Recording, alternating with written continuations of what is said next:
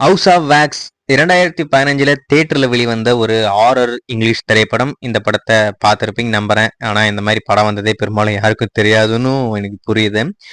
House of wax ஒரு மிகப்பெரிய horror திரைப்படமாமா, நல்லா இருக்கும் அப்படின்ற மாதிரிலாம் ரிப்போர்ட் இருக்கு. இந்த படத்தை பார்த்தீங்கன்னா நீங்க நிறைய இடங்கள்ல பயந்துருவீங்க அப்படின்ற மாதிரிலாம் சொல்லிக்கிட்டு இருக்காங்க. ஆனா நான் பார்த்ததில்ல, எனக்கு தெரியாது இந்த ஹவுஸ் ஆஃப் வேக்ஸ் படம் எப்படி இருக்கும் அப்படின்றத வெயிட் பண்ணி தான் பார்க்கணும்.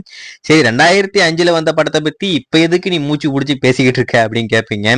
நம்ம டிஸ்கவரி தமிழ், அதாவது நம்ம டி தமிழ் ரீசெண்டா ஹாலிவுட் சரவெடி, ஹாலிவுட் கொண்டாட்டம் அப்படின்னு சொல்லிட்டு நிறைய ஆங்கில படங்களை தமிழ டப் பண்ணி ஸ்ட்ரீம் பண்ணிக்கிட்டு இருக்காங்க. அதுல தான் இந்த படம் இப்போதைக்கு நம்மளுக்காக தமிழ் டப்புல ஸ்ட்ரீம் ஆக போகுது. எப்ப ஸ்ட்ரீம் பண்ண போறாங்க அப்படின்னு பாத்தீங்கன்னா அக்டோபர் 11 இந்த படம் இப்போதைக்கு நம்மளுக்காக அந்த டி தமிழ் டிவி சேனல்ல எக்ஸ்க்ளூசிவா ஸ்ட்ரீம் ஆக போகுது.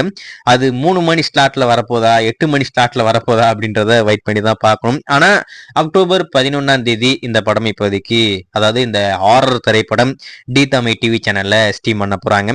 நீங்க ஒரு பேய் படம் விரும்பி ஹாரர் படங்களை நான் பார்ப்பேன், ஒரு மிஸ்டரியான படங்கள்லாம் பார்ப்பேன் அப்படின்னு சொன்னா நீங்க இந்த படத்தை பார்க்கலாம். இந்த படம் அந்த மாதிரி ஒரு ஜானர்ல வெளிவரக்கூடிய ஒரு படம், ரொம்பவே அற்புதமா இருக்குமாமா. ஸோ வெயிட் பண்ணி பார்ப்போம் எப்படி தான் இருக்கு அப்படின்னு சொல்லிட்டு. டப்பிங் பொறுத்த வரைக்கும் நம்ம டி தமிழ் நல்லா தான் பண்றாங்க. இந்த படத்தோடைய டப்பிங் நல்லா தான் இருக்கும். ரொம்ப நாளுக்கு அப்புறமா எக்ஸ்க்ளூசிவா ஒரு Tamil dubbed movie D Tamil TV சேனல்ல வரப்போகுது. அது இந்த ஹவுஸ் ஆஃப் வேக்ஸ்.